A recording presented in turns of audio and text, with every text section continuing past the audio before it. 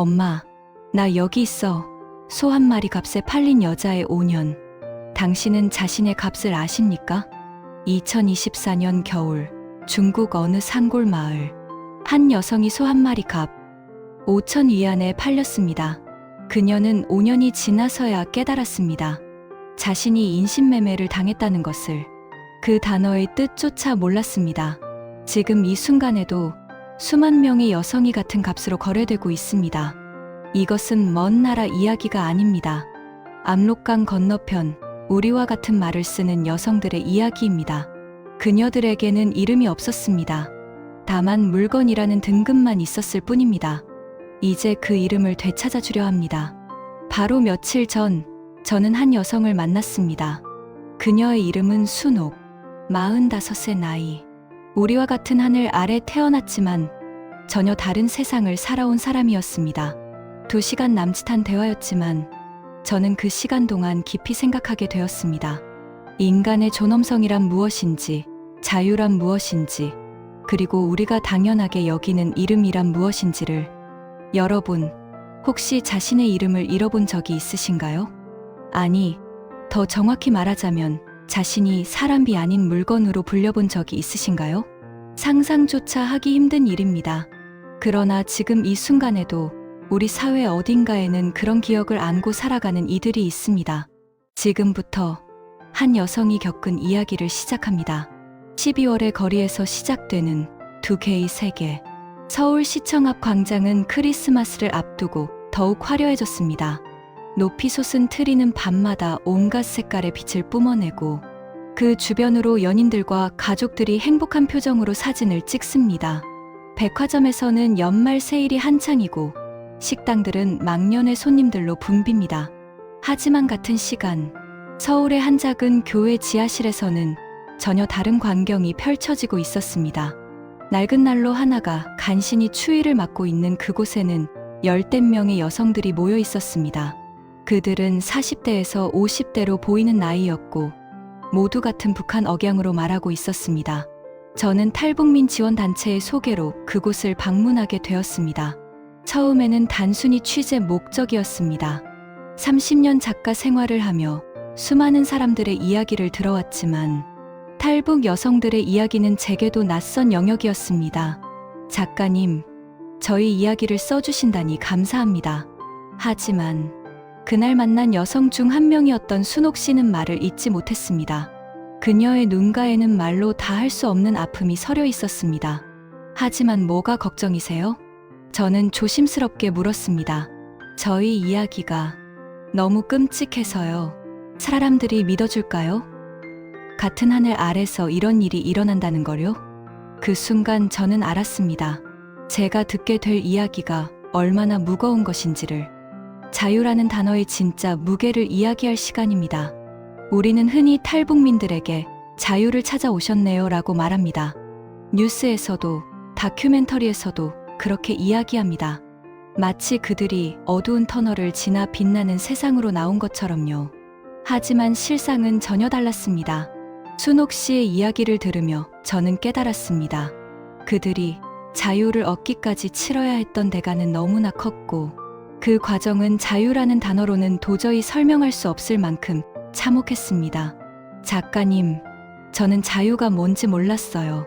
순옥 씨는 떨리는 목소리로 말했습니다. 북한에 있을 때는 물론이고 중국에 있을 때도, 심지어 한국에 온 지 2년이 지나서야 겨우 그 의미를 알았습니다. 제가 치른 대가는 자유가 아니라 짐승의 가격이었어요. 저는 사람으로 팔린 게 아니라 물건으로 팔렸습니다. 소나 돼지처럼요. 그 말을 듣는 순간 저는 30년 작가 생활을 하며 처음으로 펜을 들 수 없을 것 같다는 두려움을 느꼈습니다. 어떻게 이런 이야기를 글로 옮길 수 있을까? 어떤 단어로 그녀의 고통을 표현할 수 있을까? 통계 뒤에 숨겨진 얼굴들이 있습니다. 전문가들의 추산에 따르면 중국에는 현재 약 수만 명의 탈북 여성들이 인신매매의 피해자로 살아가고 있다고 합니다. 정확한 숫자는 아무도 모릅니다. 그들은 공식적으로 존재하지 않는 사람들이기 때문입니다. 이 숫자가 얼마나 큰 숫자인지 실감하시나요? 여의도 광장을 가득 메운 사람들을 상상해 보십시오. 그보다 훨씬 많은 수의 여성들이 지금 이 순간에도 중국 어딘가에서 자신의 의지와 상관없이 누군가의 소유물로 살아가고 있습니다. 하지만 통계는 차갑습니다. 숫자는 그들의 얼굴을 보여주지 않습니다. 그들이 밤마다 흘리는 눈물을 담지 못합니다. 그들이 고향에 두고 온 자식들을 그리워하는 마음을 전하지 못합니다. 순옥 씨는 그 차가운 통계 뒤에 숨겨진 수많은 얼굴 중 하나였습니다. 그리고 그녀를 통해 저는 숫자가 아닌 사람의 이야기를 듣게 되었습니다. 이제 그녀의 과거로 돌아가 보겠습니다. 인권이라는 단어조차 허락되지 않은 나라의 이야기입니다. 순옥 씨의 이야기는 북한 개성 근처의 작은 마을에서 시작됩니다. 1970년대 후반에 태어난 그녀는 평범한 북한 주민이었습니다. 아버지는 탄광에서 일했고 어머니는 집에서 살림을 했습니다. 그녀에게는 오빠 한 명과 여동생 한 명이 있었습니다. 우리 집은 가난했지만 그래도 굶지는 않았어요. 순옥 씨는 어린 시절을 회상하며 잠시 미소를 지었습니다. 하지만 그 미소는 금방 사라졌습니다. 그런데 1990년대 중반 고난의 행군이 시작되면서 모든 게 달라졌어요. 아버지가 일하던 탄광이 문을 닫았고 배급이 끊겼습니다. 사람들이 길에서 쓰러지기 시작했어요. 고난의 행군.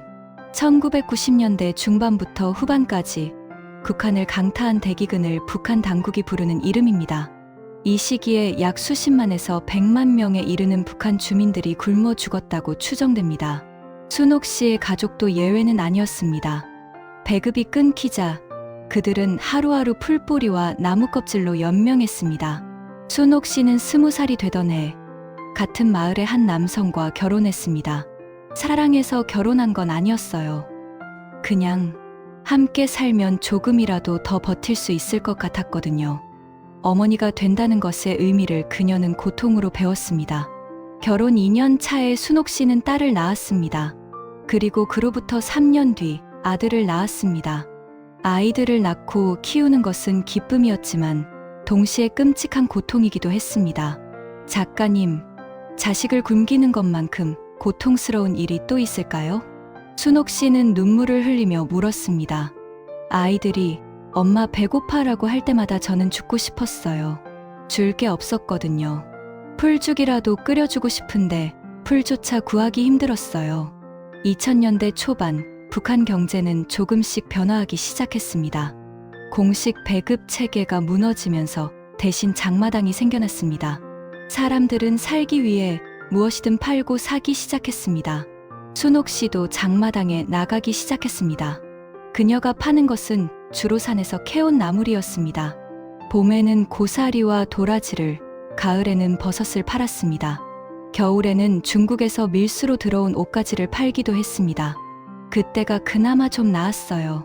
적어도 아이들에게 옥수수라도 먹일 수 있었으니까요. 하지만 그 평화도 오래가지 못했습니다. 장마당에서 그녀는 또 다른 어둠을 목격했습니다. 침묵을 강요당한 여인들의 이야기입니다.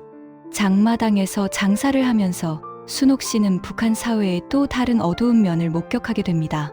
그것은 바로 여성들에 대한 폭력이었습니다. 보안원들이 장마당에 자주 왔어요. 단속한다고요. 그런데 그들이 진짜 단속을 하는 게 아니었어요. 순옥 씨는 얼굴을 붉히며 말을 이었습니다. 그들은 젊고 예쁜 여자들을 골라서 뒤로 데려갔어요. 그리고 말을 잇지 못하는 순옥 씨를 대신해 함께 있던 다른 탈북 여성이 설명했습니다. 성폭행을 했어요. 거기다 돈이나 물건을 뜯어내고요. 신고? 그런 거 없어요. 보안원이 법이니까요. 저는 충격을 받았습니다. 하지만 더 충격적인 것은 그 다음 말이었습니다. 그런데 작가님, 우리는 그게 범죄인 줄 몰랐어요. 네, 무슨 말씀이세요? 성폭행이라는 단어 자체를 몰랐어요. 성희롱도 몰랐고 성추행도 몰랐어요. 그냥 남자들이 원래 그런 거 아닌가 생각했죠. 개념의 부재가 낳은 비극을 이야기할 차례입니다. 이 대목에서 저는 펜을 놓을 수밖에 없었습니다. 30년 동안 글을 써왔지만 이런 이야기는 처음이었습니다. 북한에는 여성의 성적 권리를 보호하는 법률 용어가 거의 존재하지 않습니다. 성폭력이나 성희롱 같은 개념 자체가 없습니다. 여성들은 부당한 대우를 받아도 그것이 범죄인지조차 모릅니다. 한국에 와서 텔레비전을 보는데요. 뉴스에서 성희롱으로 고소당했다는 말이 나왔어요. 저는 그게 무슨 뜻인지 몰라서 옆에 있던 사람에게 물어봤어요. 순옥 씨는 말했습니다. 그 사람이 설명해 주는데 저는 이해가 안 됐어요. 그 정도 가지고 고소를 해. 그렇게 생각했거든요. 왜냐하면 북한에서는 그보다 훨씬 심한 일이 매일 일어났으니까요. 이것이 바로 북한 여성들이 처한 현실입니다. 자신이 당한 일이 범죄인지조차 모릅니다. 아니, 알 수가 없습니다. 그것을 설명할 언어 자체가 존재하지 않으니까요. 그래서 우리는 견뎠어요. 원래 세상이 이런 거겠지. 내 팔자가 이런 거겠지 하면서요. 2010년 그녀의 삶에서 모든 것이 무너진 날이 왔습니다. 순옥 씨의 삶에 결정적인 변화가 찾아온 것은 2010년이었습니다. 북한 정부가 화폐 개혁을 단행한 해였습니다. 화폐 개혁은 간단히 말하면 돈의 가치를 100분의 1로 떨어뜨린 조치였습니다. 100원이 하루아침에 1원이 된 것입니다. 북한 정부는 이를 통해 주민들이 몰래 모아둔 돈을 무효화시키려 했습니다. 그날 저는 장마당에서 돌아오는 길이었어요. 그런데 마을에 방송이 나왔어요. 새 돈으로 바꾼다고요. 순옥 씨는 그날을 떠올리며 몸을 떨었습니다. 저는 3개월 동안 모은 돈이 있었어요. 겨울을 나기 위해 모은 돈이었죠. 그런데 그게 하루아침에 휴지 조각이 됐어요. 화폐 개혁의 여파는 엄청났습니다. 장마당 경제가 붕괴되었고 수많은 사람들이 다시 기근에 빠졌습니다. 순옥 씨의 가족도 예외가 아니었습니다. 아이들이 다시 굶기 시작했어요. 딸아이가 엄마, 배고파라고 하는데 저는 줄 게 없었어요. 아무것도요. 그리고 바로 그때 브로커가 나타났습니다. 이제 짐승의 가격으로 매겨진 존엄의 무게를 이야기하겠습니다. 브로커의 달콤한 유혹이 시작되는 순간입니다. 언니, 중국 가면 돈 많이 벌 수 있어요. 공장에서 일만 하면 돼요. 장마당에서 순옥 씨에게 말을 건 여자는 같은 마을 사람이었습니다. 순옥 씨보다 몇 살 어렸지만 옷차림이 화려했고 얼굴에 화장을 하고 있었습니다. 중국 공장에서 일하다 왔어요. 거기 가면 한 달에 우리 돈으로 수십만 원은 벌어요. 밥도 세끼 주고 잘 곳도 주고요. 그 말은 순옥 씨에게 희망처럼 들렸습니다. 중국에 가서 몇 달만 일하면 아이들을 먹일 수 있을 것 같았습니다. 진짜예요? 저도 갈 수 있어요? 물론이죠. 제가 아는 사람한테 말해줄게요. 다만 브로커는 잠시 망설이다 말했습니다. 브로커 비용이 좀 들어요. 근데 나중에 일해서 갚으면 돼요. 얼마나 드는데요? 중국 돈으로 5천 위안 정도요. 당시 환율로 약 100만 원 정도였습니다.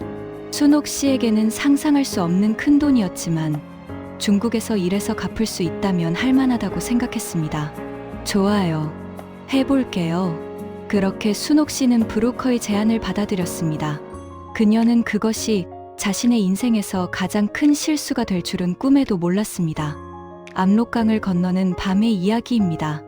2010년 11월 어느 추운 밤, 순옥 씨는 압록강을 건넜습니다. 함께 건너는 사람은 브로커와 다른 여성 2명이었습니다. 모두 20대에서 30대의 젊은 여성들이었습니다. 강물이 엄청 차가웠어요. 겨울이라 얼음이 얼기 시작했거든요. 순옥 씨는 그날 밤을 생생히 기억하고 있었습니다. 물이 허리까지 찼어요. 브로커가 소리 내지 말라고 했지만 너무 추워서 이가 딱딱 부딪혔어요. 압록강을 건너는데 걸린 시간은 약 30분. 하지만 순옥 씨에게는 평생처럼 느껴졌습니다. 중국 땅에 발을 디딘 순간 그녀는 안도했습니다. 이제 됐다. 이제 돈 벌어서 아이들 먹일 수 있다. 하지만 그 안도감은 오래가지 못했습니다. 공장이 아닌 감옥으로 향하는 차 안에서의 시간입니다. 강을 건너자 차 한 대가 기다리고 있었습니다. 브로커는 그들을 차에 태웠습니다. 그리고 차는 어둠 속으로 달리기 시작했습니다. 어디로 가는 거예요? 순옥 씨가 물었습니다. 공장이요. 조금만 참아요. 브로커가 대답했습니다. 하지만 차는 계속 달렸습니다. 1시간, 2시간, 3시간. 날이 밝기 시작했지만 차는 멈추지 않았습니다. 공장이 이렇게 멀어요? 네, 좀 멀어요. 잠이나 자세요. 그렇게 차는 하루 종일 달렸습니다. 중간에 잠깐 멈춰서 화장실을 가고 빵을 먹었지만 곧 다시 출발했습니다. 순옥 씨는 이상하다고 생각했지만 별다른 의심은 하지 않았습니다. 그냥 공장이 정말 먼 곳에 있나 보다 그렇게 생각했어요. 하지만 차가 도착한 곳은 공장이 아니었습니다. 산속의 작은 마을이었습니다. 우리가 소, 돼지와 무엇이 다른가요? 그녀가 물건이 된 순간입니다. 차에서 내린 순옥 씨의 눈앞에는 낡은 벽돌집 한 채가 있었습니다. 브로커가 문을 두드리자 50대쯤 되어 보이는 남자가 나왔습니다. 왔어? 어디 보자. 남자는 순옥 씨를 위아래로 훑어보았습니다. 마치 물건을 살펴보는 것 같은 눈빛이었습니다. 괜찮네. 나이가 좀 있지만 건강해 보여. 그 순간 순옥 씨는 뭔가 잘못됐다는 것을 직감했습니다. 저는 공장에 가기로 했는데요. 공장, 무슨 공장? 남자가 비웃듯 말했습니다. 너 여기가 공장으로 보여? 순옥 씨는 브로커를 돌아봤습니다. 하지만 브로커는 눈을 피했습니다. 언니, 미안해요. 나도 어쩔 수 없었어요.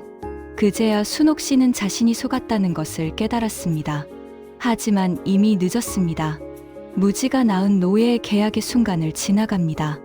남자는 순옥 씨를 집 안으로 데려갔습니다. 방 하나와 부엌이 있는 작은 집이었습니다. 창문에는 쇠창살이 쳐져 있었습니다. 여기가 내 방이야. 도망가려고 하지 마. 여긴 산속이라 어디로 가도 길을 잃어. 게다가 공안한테 잡히면 북한으로 보내줘. 그 말에 순옥 씨는 온몸이 얼어붙었습니다. 북한으로 돌아간다? 그러면 정치범 수용소로 가거나 공개 처형을 당할 것입니다. 난 너한테 5천 위안을 줬어. 알지? 그러니까 넌 이제 내 거야. 순옥 씨는 그제야 자신이 팔려왔다는 것을 깨달았습니다. 하지만 인신매매라는 단어를 몰랐기 때문에 그것이 얼마나 끔찍한 범죄인지 이해하지 못했습니다. 5천 위안이요? 그럼 제가 일해서 갚을게요. 그러면 저 보내주실 거예요? 남자는 크게 웃었습니다. 일해서 갚는다고? 웃기지 마. 넌 이미 내 거야. 내가 돈 주고 산 거라고. 산다고요? 저를요? 사람을 사요? 순옥 씨는 이해할 수 없었습니다. 사람을 산다는 것이 무슨 의미인지 몰랐기 때문입니다. 짐승보다 못한 삶이 시작되는 지점입니다. 그날부터 순옥 씨의 지옥 같은 삶이 시작되었습니다. 그녀는 매일 아침 일찍 일어나 밭일을 해야 했습니다. 옥수수를 심고 풀을 뽑고 물을 주고 수확했습니다. 집안일도 모두 그녀의 몫이었습니다. 밥을 짓고 빨래를 하고 청소를 했습니다. 하루에 2~3시간밖에 못 잤어요. 아침 5시에 일어나서 밤 11시까지 일했거든요. 하지만 더 큰 고통은 따로 있었습니다. 그 남자는 저를 자기 아내라고 했어요. 하지만 저는 그 사람의 아내가 아니었어요. 노예였죠. 순옥 씨는 말을 잇지 못했습니다. 그 순간의 고통을 어떤 말로도 표현할 수 없었습니다. 매일 밤이 지옥이었어요. 거부하면 맞았어요. 도망가려고 하면 방에 가뒀어요. 먹을 것도 안 줬고요. 그녀는 하루하루를 견뎠습니다. 아니, 견딘 것이 아니라 그저 숨만 쉬고 있었습니다. 이중의 감옥 안에서 북송의 공포와 함께 살아가는 시간입니다. 순옥 씨가 도망가지 못한 가장 큰 이유는 중국 공안의 존재였습니다. 중국과 북한은 탈북자 송환 협정을 맺고 있습니다. 따라서 중국 공안에 잡힌 탈북자는 자동으로 북한으로 송환됩니다. 마을에 가끔 공안이 왔어요. 그럴 때마다 저는 집 안에 숨어 있어야 했어요. 만약 발각되면 북한으로 보내질 테니까요. 북한으로 송환된 탈북자들의 운명은 참혹합니다. 가벼운 경우 노동단련대에 보내지지만 심한 경우 정치범 수용소로 가거나 공개 처형을 당합니다. 그 남자는 그걸 알고 있었어요. 그래서 저를 위협했죠. 말 안 들으면 공안에 신고한다고요. 이것이 바로 탈북 여성들이 처한 이중의 감옥입니다. 인신매매범의 감옥과 강제 북송이라는 감옥. 그 사이에서 그들은 짐승처럼 살아갈 수밖에 없었습니다. 우리는 등급이 매겨져요라고 그녀들은 말합니다. 순옥 씨의 이야기를 들으며 저는 더 많은 탈북 여성들을 만나게 되었습니다. 그들의 이야기는 하나같이 비슷했습니다. 브로커의 속임수, 인신매매, 강제 결혼 또는 성매매, 그리고 강제 북송의 위협. 그중 한 여성이 말했습니다. 우리는 등급이 매겨져요. 젊고 예쁘면 비싼 값에 팔려요. 나이가 많거나 못생기면 싼 값에 팔리고요. 등급이라니 무슨 말씀이세요? 소나 돼지 팔 때 등급 매기잖아요. 그것처럼 우리도 등급이 매겨져요.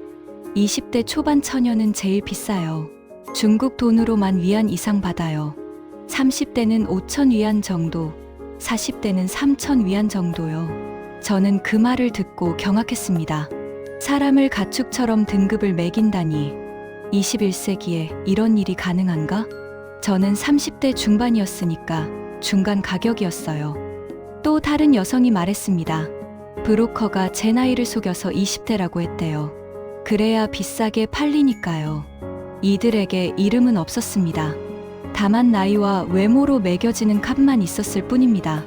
나는 물건이 아니다. 라는 뒤늦은 깨달음의 순간으로 들어갑니다. 순옥 씨는 그 남자의 집에서 약 4년을 살았습니다. 그 사이 그녀는 아이를 낳았습니다. 중국 남자의 아이였지만 그녀에게는 소중한 생명이었습니다. 아이를 낳고 나서 조금 나아졌어요. 그 남자가 때리는 횟수가 줄었거든요. 아이 때문이라도 도망가지 못할 거라고 생각한 것 같아요. 하지만 순옥 씨는 도망가기로 결심했습니다. 북한에 두고 온 두 아이가 너무 보고 싶었기 때문입니다. 매일 밤 울었어요. 북한에 있는 딸과 아들 생각해요. 그 애들은 엄마가 죽은 줄 알고 있을 거예요. 2014년 봄, 순옥 씨는 기회를 잡았습니다. 남자가 며칠 동안 다른 도시에 간 사이, 그녀는 중국에서 만난 다른 탈북 여성의 도움으로 집을 빠져나왔습니다. 아이를 두고 가야 했어요. 그게 제일 힘들었어요. 하지만 아이를 데리고는 도망갈 수 없었어요. 그녀의 목소리는 떨렸습니다. 중국에 두고 온 아이, 지금도 꿈에 나와요. 엄마, 나 여기 있어. 라고 부르는 소리가 들려요. 그렇게 순옥 씨는 또 다른 브로커의 도움으로 중국에서 동남아시아를 거쳐 한국으로 오게 되었습니다. 5년 만에 되찾은 이름의 이야기로 넘어갑니다. 대한민국, 낯선 자유의 땅에 발을 디딘 순간입니다. 2014년 가을, 순옥 씨는 인천공항에 도착했습니다. 통일부 산하 정착 지원 시설에서 3개월간 교육을 받았습니다. 그곳에서 그녀는 대한민국에서 살아가는 법을 배웠습니다. 처음에는 모든 게 신기했어요. 신호등도 신기했고, 자동문도 신기했고, 에스컬레이터도 신기했어요. 하지만 더 신기한 것은 사람들이 사용하는 단어들이었습니다. 텔레비전을 보는데 성희롱이라는 단어가 나왔어요. 저는 그게 뭔지 몰라서 선생님한테 물어봤어요. 교육 담당자는 순옥 씨에게 성희롱의 의미를 설명했습니다. 그리고 성폭력, 성추행, 인권, 인신매매 같은 단어들도 함께 가르쳐 주었습니다. 처음에는 이해가 안 됐어요. 그 정도로 범죄가 된다고 싶었거든요. 그녀는 단어를 배우는데 5년이 걸렸습니다. 자신이 당한 일에 이름을 붙이는데 5년이라는 시간이 필요했습니다. 단어를 배우는 5년의 시간을 따라가 보겠습니다. 정착 지원 시설을 나온 순옥 씨는 서울의 한 작은 원룸에 정착했습니다. 정부 지원금으로 생활하며 한국어 공부를 계속했습니다. 그리고 조금씩 한국 사회에 적응해 갔습니다. 제일 힘든 건 사람들과 대화하는 거였어요. 같은 한국말을 쓰는데 단어의 뜻이 달랐거든요. 예를 들어 인권이라는 단어, 북한에서는 인민의 권리라는 의미로 쓰이지만 실제로는 당과 수령에 대한 충성을 의미합니다. 반면 한국에서 인권은 개인의 존엄성과 자유를 의미합니다. 이 차이를 이해하는데 몇 년이 걸렸어요. 그리고 2019년 어느 날 순옥 씨는 우연히 인신매매 피해자 지원 단체의 강연을 듣게 되었습니다. 그 강연에서 강사는 중국에서 일어나는 탈북 여성 인신매매에 대해 설명했습니다. 그때 깨달았어요. 아, 내가 당한 게 바로 이거구나. 밤새도록 소리를 지르며 울었습니다. 라는 고백의 시간입니다. 그날 밤, 순옥 씨는 잠을 이룰 수 없었습니다. 5년이 지나서야 제가 당한 일이 범죄였다는 걸 알았어요. 저는 물건으로 팔린 게 아니라 사람으로서 인신매매를 당한 거였어요. 그 깨달음은 순옥 씨에게 엄청난 충격이었습니다. 밤새도록 울었어요. 소리를 지르며 울었어요. 화가 났어요. 그 남자한테도 화가 났지만 그보다 더 화가 난 건 그걸 몰랐던 제 자신한테였어요. 순옥 씨는 자신이 당한 일을 인신매매라는 단어로 명명할 수 있게 된 순간 비로소 자신이 피해자라는 것을 인식했습니다. 그 전까지는 내가 운이 나빴다, 내 팔자가 그랬다 생각했어요. 하지만 아니었어요. 그건 범죄였어요. 명백한 범죄였어요. 단어를 알게 되는 것, 그것은 단순히 언어를 배우는 것이 아니었습니다. 그것은 자신의 고통에 이름을 붙이고 자신의 존엄을 되찾는 과정이었습니다. 이름을 되찾는 여정으로 들어갑니다. 그 이후 순옥 씨는 탈북 여성 인권 단체에 참여하기 시작했습니다. 그곳에서 그녀는 자신과 비슷한 경험을 한 수많은 여성들을 만났습니다. 우리는 서로의 이야기를 나눴어요. 처음에는 힘들었어요. 말하는 것 자체가 고통이었거든요. 하지만 말하면서 조금씩 치유됐어요. 그리고 순옥 씨는 중요한 결심을 했습니다. 자신의 이야기를 세상에 알리기로 한 것입니다. 숨어 살고 싶지 않았어요. 부끄러운 건 저희가 아니라 우리를 이렇게 만든 사람들이에요. 2022년, 순옥 씨는 처음으로 공개 강연을 했습니다. 청중 앞에서 자신의 이야기를 털어놓았습니다. 떨리는 목소리였지만 끝까지 이야기했습니다. 강연이 끝나고 한 젊은 여성이 다가왔어요. 울면서 말했어요. 언니, 저도 같은 경험을 했어요. 하지만 말할 용기가 없었어요. 언니가 먼저 말해줘서 고마워요. 그 순간 순옥 씨는 알았습니다. 자신의 이야기가 다른 사람들에게 힘이 될 수 있다는 것을. 자유의 진짜 의미를 묻는 시간입니다. 작가님, 자유가 뭐라고 생각하세요? 순옥 씨가 저에게 물었습니다. 저는 처음에 자유가 배불리 먹고 따뜻한 방에서 자고 무서운 사람들한테 안 맞는 거라고 생각했어요. 그것만 해도 엄청난 자유라고 생각했죠. 그런데 지금은요? 지금은 알아요. 진짜 자유는 내가 사람이라는 걸 아는 거예요. 내가 물건이 아니라 사람이라는 걸. 내게 이름이 있고 권리가 있고 존엄이 있다는 걸 아는 거예요. 순옥 씨의 목소리는 떨렸지만 단호했습니다. 한국에 온 지 10년이 됐어요. 그중 5년은 제가 사람인지도 모르고 살았어요. 하지만 이제는 알아요. 저는 사람이에요. 순옥이라는 이름을 가진 한 사람이에요. 자유는 거창한 구호가 아니었습니다. 자유는 자신의 이름을 되찾는 것이었습니다. 자유는 자신이 사람이라는 것을 아는 것이었습니다. 새해를 맞는 우리가 전해야 할 온기의 이야기로 넘어갑니다. 명절의 역설을 이야기할 시간입니다. 새해가 다가오면 거리는 축제 분위기입니다. 백화점에는 세일 광고가 붙고 식당에는 예약 손님들로 가득합니다. 가족들이 모여 떡국을 나누고 새해 인사를 나눕니다. 하지만 탈북민들에게 명절은 가장 외로운 시간입니다. 명절이 제일 힘들어요. 순옥 씨가 말했습니다. 다른 사람들은 가족과 함께 있는데 저는 혼자거든요. 북한에 있는 아이들 생각이 나요. 중국에 두고 온 아이 생각도 나고요. 탈북민들의 이런 고통은 최근 더욱 심해지고 있습니다. 북한과 중국이 탈북자 단속을 강화하면서 강제 북송되는 사람들이 늘어나고 있기 때문입니다. 매일 뉴스를 확인해요. 혹시 강제 북송 소식이 있나 해서요. 그런 뉴스를 볼 때마다 가슴이 철렁해요. 내 아이들도 혹시 하는 생각이 들어서요. 명절은 그들에게 축제가 아니라 고통의 시간입니다.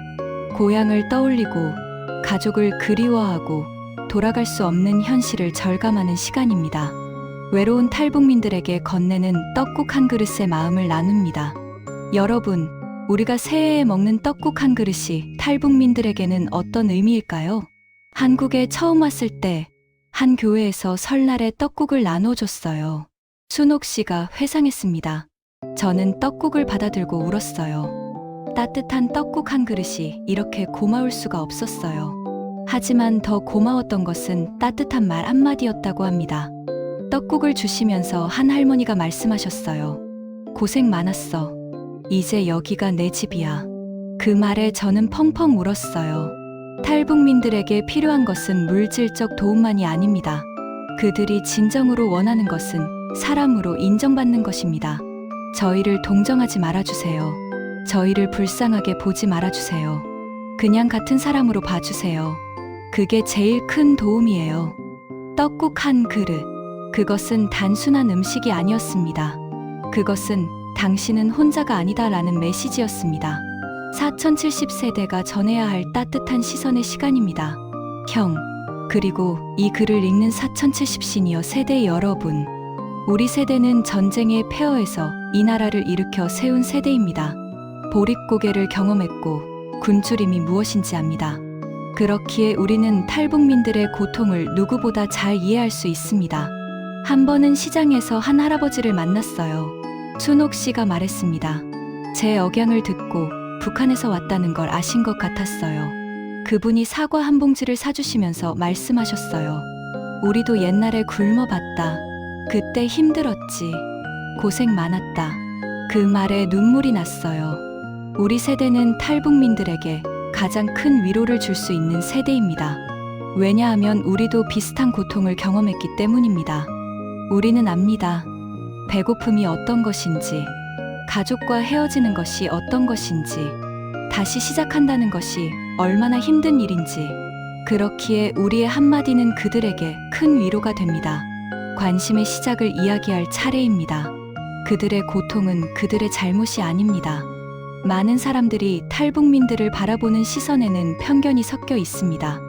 왜 고생하면서까지 왔을까? 적응을 못하네. 말투가 이상해 같은 말들입니다. 하지만 생각해 보십시오. 그들이 목숨을 걸고 탈북한 이유는 무엇일까요? 그저 살고 싶어서입니다. 사람답게 살고 싶어서입니다. 북한에서는 사람답게 살 수가 없어요. 순옥 씨가 말했습니다. 굶주리고, 맞고, 감시당하고. 그게 일상이에요. 그러니까 탈북하는 거예요. 그들이 겪은 고통은 그들의 잘못이 아닙니다. 단어조차 몰라 당해야 했던 그들의 무지는 폐쇄된 체제의 죄입니다. 그들은 피해자입니다. 생존자입니다. 그리고 용감한 사람들입니다. 심리적 고립의 심각성을 들여다봅니다. 탈북민들이 한국에 와서 겪는 가장 큰 어려움은 경제적 문제가 아닙니다. 바로 심리적 고립입니다. 한국 사람들은 친절해요. 하지만 진짜 친구가 되기는 어려워요. 한 탈북민이 말했습니다. 저희는 항상 이방인 같아요. 명절이 되면 이 고립감은 극에 달합니다. 다른 사람들은 고향에 가고 가족을 만나지만 탈북민들은 갈 곳이 없습니다. 설날에는 집에서 혼자 텔레비전을 봐요. 사람들이 고향 가는 모습을 보면서 저도 고향에 가고 싶어요. 하지만 갈 수 없죠. 최근에는 강제 북송 문제 때문에 탈북민들의 불안이 더욱 커지고 있습니다. 매일 뉴스를 봐요. 중국에서 탈북자를 북송했다는 소식을 들으면 잠을 못 자요. 중국에 아직 있는 친구들이 걱정돼서요. 고립은 사람을 죽입니다. 천천히, 조용히, 아무도 모르게 죽입니다. 따뜻한 시선이 주는 힘을 전하는 시간입니다. 그렇다면 우리는 무엇을 할 수 있을까요? 거창한 것이 아니어도 됩니다. 작은 관심, 따뜻한 시선이면 충분합니다. 이웃에 탈북민이 산다면 인사를 나눠주세요. 순옥 씨가 말했습니다. 그냥 안녕하세요 한마디면 돼요. 그게 저희에겐 큰 힘이 돼요. 명절에 혼자 있는 탈북민이 있다면 떡국 한 그릇을 나눠주세요. 함께 명절을 보내주세요. 작년 설날에 옆집 할머니가 떡국을 갖다 주셨어요. 혼자 있으면 쓸쓸하지. 우리 집에 와서 같이 먹자. 그 말에 눈물이 났어요. 저를 가족처럼 대해주신 거예요. 이것이 바로 우리가 줄 수 있는 가장 큰 선물입니다. 그들을 이방인이 아닌 가족으로, 이웃으로 받아들이는 것입니다. 작은 관심이 사람을 살립니다. 따뜻한 시선이 희망을 줍니다. 영웅으로 바라보는 시선으로 전환하는 순간입니다. 탈북민들은 불쌍한 사람들이 아닙니다. 그들은 용감한 사람들입니다. 목숨을 걸고 자유를 찾아온 영웅들입니다. 저는 탈북민들이 자랑스러워요. 어느 인권활동가가 말했습니다. 그들은 지옥 같은 곳에서 살아남았어요. 인신매매, 강제노동, 성폭력, 그 모든 것을 이겨냈어요. 그게 영웅이 아니면 뭐예요? 순옥 씨도 말합니다. 저는 살아남았어요. 그것만으로도 자랑스러워요. 저는 더 이상 물건이 아니에요. 저는 순옥이에요. 당당한 대한민국 국민 순옥이에요. 그들은 피해자이지만 동시에 생존자입니다. 그들은 약자이지만 동시에 강자입니다. 그들은 우리가 동정해야 할 대상이 아니라 존경해야 할 대상입니다. 꽃은 다시 피어야 한다는 이야기로 들어갑니다. 한 해의 끝, 또 다른 시작의 시간입니다. 2025년이 저물어가고 있습니다. 한 해 동안 많은 일들이 있었습니다. 기쁜 일도 있었고 슬픈 일도 있었습니다. 하지만 이제 우리는 새로운 한 해를 맞이합니다. 새해에는 희망의 시간입니다. 새로운 시작의 시간입니다. 순옥 씨에게도 그리고 수많은 탈북민들에게도 새해에는 희망의 시간이 되어야 합니다. 새해에는 공포 없이 살고 싶어요. 순옥 씨가 말했습니다. 강제 북송 걱정 없이 마음 편히 잠들고 싶어요. 그녀의 소원은 소박했습니다. 공포 없이 살고 싶다는 것, 마음 편히 잠들고 싶다는 것, 그것이 전부였습니다. 인신매매, 끝나지 않은 악몽을 직시하는 시간입니다. 하지만 현실은 녹록지 않습니다. 지금 이 순간에도 중국 어딘가에서는 탈북 여성들이 인신매매의 피해자로 살아가고 있습니다. 국제인권단체들의 보고에 따르면 매년 수천 명의 탈북 여성들이 중국에서 인신매매를 당하고 있습니다. 그들 중 일부는 강제 결혼을, 일부는 성매매를, 일부는 강제 노동을 당하고 있습니다. 제가 아는 언니는 아직도 중국에 있어요. 순옥 씨가 말했습니다. 한국에 오고 싶어 하지만 아이들 때문에 못 와요. 중국에서 낳은 아이들을 두고 올 수 없대요. 이것이 바로 탈북 여성들이 처한 딜레마입니다. 자유를 선택하면 아이들을 포기해야 합니다. 아이들을 선택하면 자유를 포기해야 합니다. 어머니로서의 본능과 인간으로서의 자유 사이에서 그들은 매일 갈등합니다. 우리가 할 수 있는 일들을 나열하는 시간입니다. 그럼 우리는 뭘 할 수 있나요? 많은 분들이 물으십니다. 첫째, 관심을 가지는 것입니다. 탈북민 문제, 인신매매 문제에 관심을 가지고 목소리를 내는 것입니다. 사람들이 관심을 가져주는 것만으로도 힘이 돼요. 순옥 씨가 말했습니다. 우리의 고통을 아는 사람이 많아질수록 변화의 가능성도 커져요. 둘째, 탈북민 지원 단체에 후원하는 것입니다. 물질적 지원도 중요하지만 더 중요한 것은 지속적인 관심입니다. 셋째, 주변의 탈북민들에게 따뜻한 시선을 보내는 것입니다. 편견 없이 그들을 대하고 필요할 때 도움의 손길을 내미는 것입니다.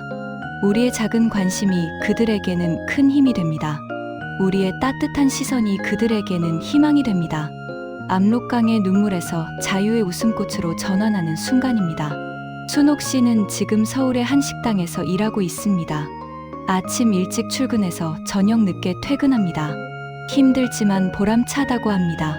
제가 번 돈으로 생활해요. 누구한테 얻어먹지 않아요. 제 돈으로 제가 먹고 싶은 걸 사 먹어요. 이게 얼마나 행복한 일인지 몰라요. 그녀는 주말마다 탈북 청소년들을 위한 멘토링 활동을 합니다. 자신과 같은 경험을 한 청소년들에게 희망을 주고 싶다고 합니다. 아이들에게 말해줘요. 너희는 잘못한 게 없어. 당당하게 살아. 제가 듣고 싶었던 말을 아이들에게 해주는 거예요. 그녀는 더 이상 짐승의 가격으로 불리지 않습니다. 그녀는 이제 순옥이라는 이름을 가진 당당한 사람입니다. 새해의 소망을 나누는 시간입니다. 새해의 소원이 뭐예요? 제가 물었습니다. 순옥 씨는 잠시 생각하더니 대답했습니다. 북한에 있는 제 아이들을 만나고 싶어요. 그게 제일 큰 소원이에요. 딸은 이제 30이 넘었을 거예요. 아들은 27. 어떻게 살고 있을까요? 그녀의 눈에 눈물이 고였습니다. 그리고 중국에 있는 아이도 보고 싶어요. 이제 11살이 됐을 거예요. 엄마 얼굴을 기억이나 할까요? 밤마다 그 아이가 저를 부르는 소리가 들려요. 엄마, 나 여기 있어. 라고요. 꼭 만날 수 있을 거예요. 제가 말했습니다. 그랬으면 좋겠어요. 언젠가는 만날 수 있겠죠. 그때까지 저는 여기서 열심히 살 거예요. 당당하게요. 그녀의 소원은 간절했습니다. 아이들을 만나는 것. 그것이 그녀의 전부였습니다. 작가로서의 소망을 고백하는 시간입니다. 30년 넘게 글을 써온 작가로서 저는 이번 글을 쓰며 많은 것을 배웠습니다. 인간의 존엄성이란 무엇인지, 자유란 무엇인지, 그리고 이름이란 무엇인지를. 순옥 씨는 5년 동안 자신이 사람인지도 모르고 살았습니다. 하지만 이제 그녀는 압니다. 자신이 순옥이라는 이름을 가진 당당한 한 사람이라는 것을. 부디 새해에는 압록강의 차가운 눈물이 아닌 자유의 땅에서 피어나는 환한 웃음꽃이 그녀의 얼굴에, 그리고 모든 탈북민들의 얼굴에 가득하기를 간절히 소망합니다. 이 글을 쓰는 동안 저는 수없이 눈물을 흘렸습니다. 하지만 동시에 희망도 보았습니다. 지옥 같은 고통 속에서도 살아남은 그녀들의 강인함, 그리고 자신의 이야기를 세상에 알리며 다른 이들에게 희망을 주려는 그녀들의 용기를 보았습니다. 꽃잎은 다시 피어날 것이라는 믿음으로 마무리합니다. 창밖으로 눈이 내립니다. 하얀 눈꽃이 조용히 내려앉습니다. 거리의 크리스마스 트리는 여전히 빛나고 있고 사람들은 새해를 준비하느라 분주합니다. 이 글을 마무리하며 저는 생각합니다. 압록강에 떨어진 꽃잎들이 언젠가는 다시 피어날 것이라고. 차가운 강물에 휩쓸려 사라진 것 같았던 그 꽃잎들이 자유의 땅에서 눈꽃으로 다시 피어날 것이라고. 순옥 씨와 같은 탈북 여성들은 더 이상 물건이 아닙니다. 그들은 이름을 가진 사람들입니다. 당당한 대한민국 국민들입니다. 부디 새해에는 그들의 얼굴에서 공포가 아닌 희망을, 눈물이 아닌 웃음을 볼 수 있기를 바랍니다. 그리고 독자 여러분, 새해 복 많이 받으시고 우리 모두 조금 더 따뜻한 세상을 만들어가는데 동참합시다. 감사합니다. 작가의 말. 본 글은 실제 탈북 여성들의 증언과 인권단체의 조사 자료를 바탕으로 재구성되었습니다. 등장인물의 이름과 구체적인 지명, 단체명은 인권 보호를 위해 가명을 사용했습니다. 이 글을 쓰는 동안 저는 수없이 눈물을 흘렸습니다. 하지만 동시에 희망도 보았습니다. 지옥 같은 고통 속에서도 살아남은 그녀들의 강인함, 그리고 자신의 이야기를 세상에 알리며 다른 이들에게 희망을 주려는 그녀들의 용기를 보았습니다. 이 글이 한 사람이라도 더 탈북민 문제에 관심을 갖게 하고 그들을 따뜻한 시선으로 바라보게 하는 계기가 되기를 간절히 바랍니다. 2025년 12월 서울의 어느 카페에서 작가 드림